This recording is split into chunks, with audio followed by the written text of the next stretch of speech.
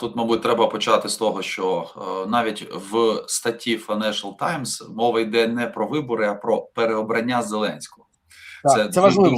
цікавий момент. Я звернув увагу. Так, вони вживають там і поняття вибори, але там кілька разів згадується теза саме про переобрання Зеленського. Тобто, я так розумію, логіка буде така, що це не стільки вибори, скільки плебісцит, на якому громадяни України повинні дати відповідь на питання щодо завершення війни, і паралельно тут же переобрати швиденько в єдиному в першому турі Зеленського і далі вже рухатися у відповідності до того, що визначить Верховний Головнокомандувач і глава держави. Ну це так, такий нюансик, який дуже складно оминути. Давайте з приводу взагалі є плани, нема планів, будуть вибори чи не будуть. Ну я переконаний, що не 15 травня, не 15 червня, не 15 липня, і навіть не 15 серпня виборів не буде. Це практично неможливо з технічної точки зору. Проводити вибори під час правового режиму воєнного стану не вийде, хоча б через те, що треба відповідне рішення Верховної Ради. Судячи з того, що зараз відбувається в Верховній Раді, Верховна Рада скоріше мертва, ніж жива. І далеко не факт, що ситуація там поміняється, і під такі дуже контроверсійні і неоднозначні голосування вони отримують необхідну кількість голосів. Тому я поки не бачу, як технічно можна буде все це організувати, тим більше, що навіть оця робоча група в парламенті, до неї можна по-різному ставитися, але радує, що там дуже багато представників, в тому числі експертних організацій громадянського суспільства, вони однозначно заявили про те, що ніяких виборів раніше, ніж за 6 місяців після завершення правового режиму воєнного стану бути не може. Вибачте, маленька пауза. Я погоджуюсь зі всім, що ви сказали, на 100%. Але є одне але. Ми ж в Україні. Тут завжди є але. Більше того, є один авторитет, який для мене просто є еталоном. Це Андрій Магера. І він каже, вирогідність проведення виборів 15 травня дорівнюється приблизно нулю. Щоб розуміти. І я погоджуюсь з цим. Більше того, декілька людей мені сказали, для того, щоб провести вибори, так як хоче Офіс, потрібно отримати одне з двох. Або гарантії безпеки з боку Сполучених Штатів, або, і отут увага, барабанний дріб, з боку Москви. І Москва може надати ці гарантії безпеки. Але найцікавіше, всі експерти, з якими я говорив, а це не тільки українські, кажуть, вони дадуть 100% провести перший тур. Він відбудеться. Більше того, жодної ракети, жодного дрону. Але як тільки він відбудеться, і як тільки всі побачать, що Зеленський програє, в будь-якому варіанті, а це ж ми зараз бачимо, що в першому турі, він виходить, наприклад, Залужний, там 37-25, у Зеленського 25, у Залужного 37, і в другому турі, як завжди... Почекайте, ви не вірите нашим соціологічним опитуванням, де у Зеленського більше в першому турі? Так, у Зеленського 55, я знаю. Так от, якщо без жартів, другого туру не буде. Путін почне повноцінне поновлення бойових дій з ракетами, з атаками. І оце, вони всі кажуть, несе величезну загрозу. В Україні всі бачать, що в першому турі Зеленський якби програв, але він не відбувся другий тур. І в нас залишається старий президент ще, але вже не досить, недостатньо, скажімо так, легітимний. М'яко кажучи. І це проблема. І всі кажуть про цю загрозу. Але бажання переобратися у Зеленського настільки сильне, що він ігнорує ці попередження і може погодитись на ці гарантії. Тим більше, що зараз сплила історія про те, що давайте прискоримо ці перемовини і проведемо їх там, ви чули вже, в Росії навіть. Скажіть, будь ласка, це може впливати на загальну ситуацію? Чи це тільки припущення? Ні, дивіться, це не припущення. Я хотів далі сказати, що бажання Офісу дійсно є. І воно дуже сильне. І воно існує, виникло не вчора і не сьогодні. Воно було давно. Воно давно було, і воно давно його намагалися реалізувати якимось чином там на практиці. І в цьому плані Офіс, звісно, може наважитися на якісь подібні дії для того, щоб все ж таки вибити собі цю можливість і спробувати якось вибори провести. Я просто поки не бачу, яким чином, навіть маючи гарантії зі сторони США і навіть гіпотетично там зі сторони Росії, вони змусять поміняти все з нормативно-правової точки зору всередині країни. Це раз. І другий момент, як громадяни на це будуть реагувати. Тому що дивіться, коли вони говорять про одночасні президентські вибори і референдум, а референдум для Зеленського – це дуже важлива тема, тому що це про зняття з себе відповідальності. Ми ж розуміємо, навіщо це робиться. Це не тому, що він там прислухається до народу, він хоче просто зняти з себе відповідальність. Тут є ж момент такий, на референдум повинна прийти половина громадян України. Від зареєстрованих, а реєстрованих в нас достатньо багато, в тому числі ті, які виїхали за кордон. І, відповідно, вони можуть просто не набрати необхідну кількість голосів. Тут така величезна маса нюансів, що, ну, я не знаю, це яким чином треба все прораховувати, щоб все врахувати, і потім воно спрацювало. Тому більше поки схоже на спробу повкидати певні тези, подивитися, яка буде реакція на ці тези, а далі вже в залежності від цієї реакції думати, як рухатися далі. Але, звісно, про вибори не забувати, і Офіс, як тільки випаде така можливість, вони кинуться відразу ці вибори проводити. Дивіться, і ще один момент. От ви сказали, що другий тур, там, да, Зеленський не розраховує на ніякий другий тур. Логіка Зеленського – це перемога в першому турі, але, я, здається, вже і в ефірі з вами говорив про це. Як це можна зробити? Якщо ти не маєш більше, ніж 20% підтримки, а об'єктивно в нього це приблизно його електорат, 20%. Ну, це парадокс ситуації, що війна, вона викристалізувала Зеленському ядерний електорат, якого в нього до цього не було. Але це 15-20%, це дуже мало. То треба тоді зробити так, щоб у всіх опонентів було менше 20%, або не було опонентів. В політичному плані. Я розумію. І тому я не здивуюся, якщо там, знаєте, підуть кримінальні справи, санкції, там ще якісь речі, значить, не підписані документи про відпустки і так далі, і так далі, і так далі, і так далі. От всі ці моменти можуть вступити, скажімо, в дію, і тоді Зеленський просто буде ледь не єдиним гравцем на полі, який скаже, ну я ж типу переміг в першому турі, тому що там більшість за мене проголосувала, а конкурентів-то особливо не було. Оце проблема. Таке може бути, я погоджуюсь. Більше того, це може вписуватися в таку стратегічну рамку Офісу президента. Але є один великий нюанс. Будь-які вибори повинні визнати. В мене вчора, після цієї статті, було спілкування там буквально майже протягом години з двома урядовцями Євросоюзу і одним заступником міністра закордонних справ. І всі вони кажуть, тут же головне навіть не проведення виборів. Вам же треба, щоб ці вибори визнали. І вони кажуть, що якщо будуть відверті порушення, ну, наприклад, відсутність спостерігачів, жоден з них не готовий зараз відправляти спостерігачів, і це проблема. Друга проблема, про яку вони теж кажуть, і про яку треба казати, це те, що відсутність доступу до джерел інформації, до ЗМІ. А ми розуміємо, що ніхто не буде скасовувати зараз єдиний телемарафон. Ми розуміємо, що все залишається, як є, під контролем Офісу президента.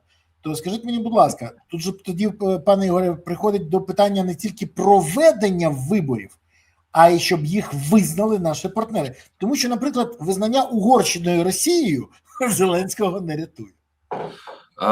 Абсолютно не рятує, але дивіться, тут є такий неприємний момент для нас. Значить, перше, Штати можуть достатньо легко ці вибори визнати.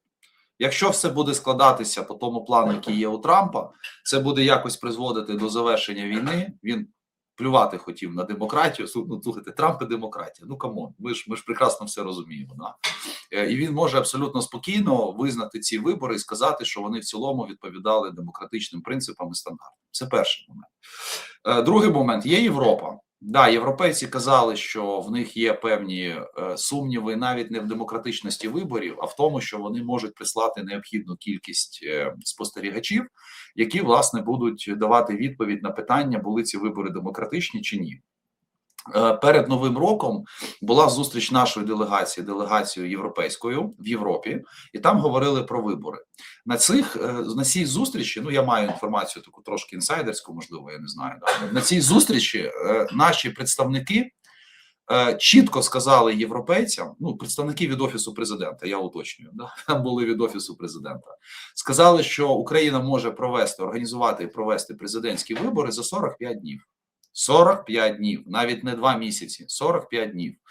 Задали питання про спостерігачів, на що Європа сказала, що їм треба 8 місяців на те, щоб підготувати спостерігачів для виборів в Україні.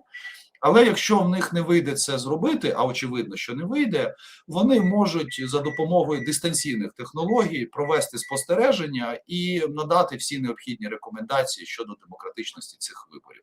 Оце проблема, що якщо буде все йти до того, що дійсно це дозволить закінчити війну, неважливо на яких умовах для України, головне, що вона закінчиться, і це буде нормально сприйматися американцями, буде навіть більш-менш прийнятно для європейців, вибори можуть визнати. Отак, цинічно, ну достатньо, да, але визнати, і це якби ключовий момент всієї цієї історії.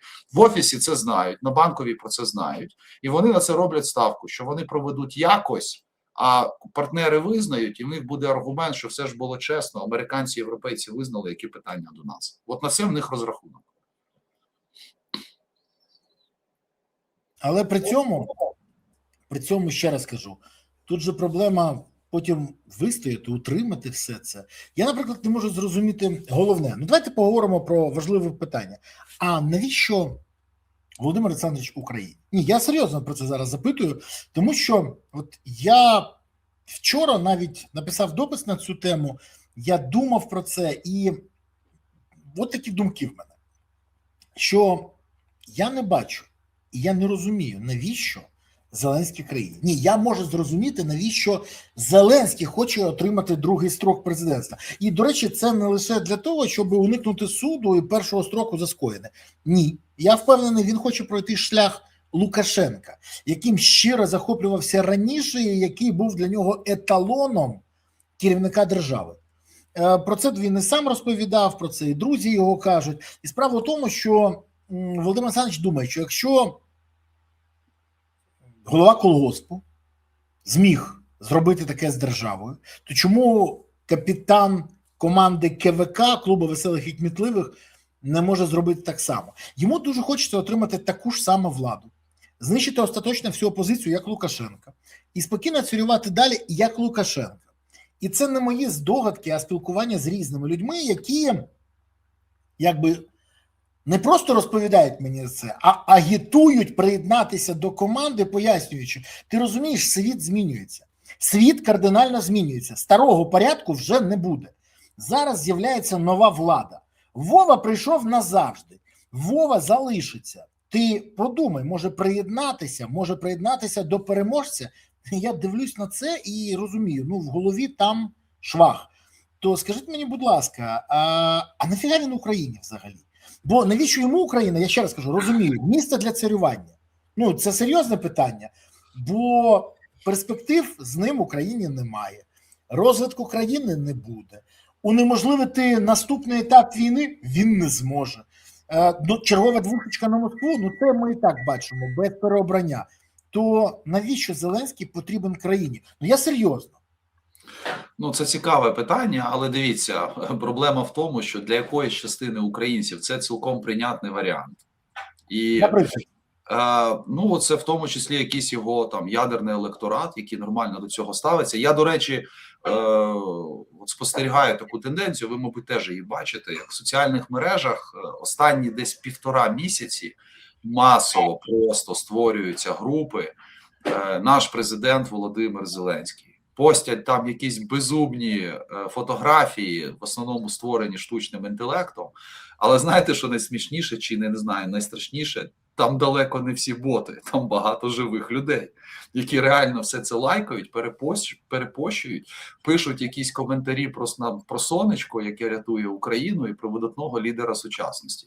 Тому, перше, для якоїсь частини громадян це нормальна історія, вони за неї будуть голосувати і будуть підтримувати. Для якоїсь частини, ну, це типу менше зло. Вони будуть жити по принципу там, аби не гірше. Зеленський же обіцяє, що буде навіть не гірше, а можливо трошки краще. І ми ж найстрашніше пережили війну. То в принципі далі воно ж повинно бути не так же, як раніше, і обіцяють вже мільярди доларів на відбудову. То хай він залишається і вже далі керує, щоб просто от когось нового не шукати, до нового призвичаюватися. І навіть вже звикли анекдоти про цього президента розказувати, да, не вигадувати анекдоти про якогось там наступного. Боюся, що частина громадян абсолютно індиферентно поставиться до виборів як таких.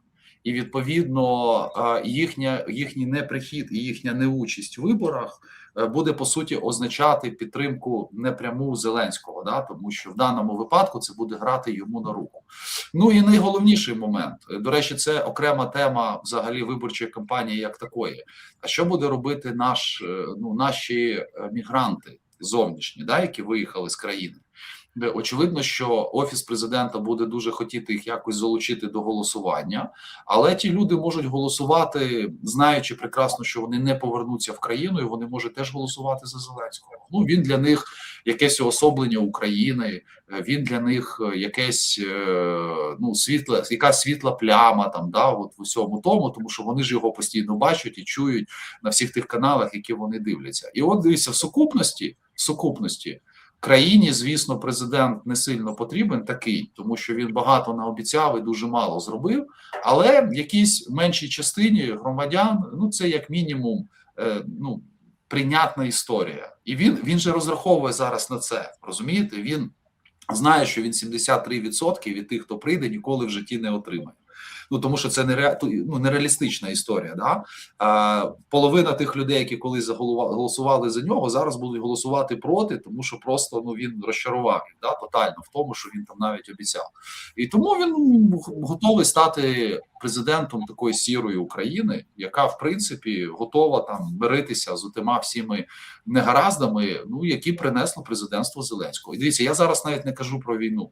Я виношу війну в окрему історію, хоча здається, Володимир Олександрович з трибуни розказував, що тим, хто краде під час війни, треба рубати руки, там, да, ще якісь речі такі робити. Ну, я щось не бачу відрубаних рук, там, Баканова, Єрмака, кого там ще, Шурми, Міндіча і багатьох інших. Да. Вони себе прекрасно почувають, хтось в Україні без підозр, хтось за кордоном, хай з підозрами, але на ці підозри, вибачте, як до одного місця, да, щось прикласти.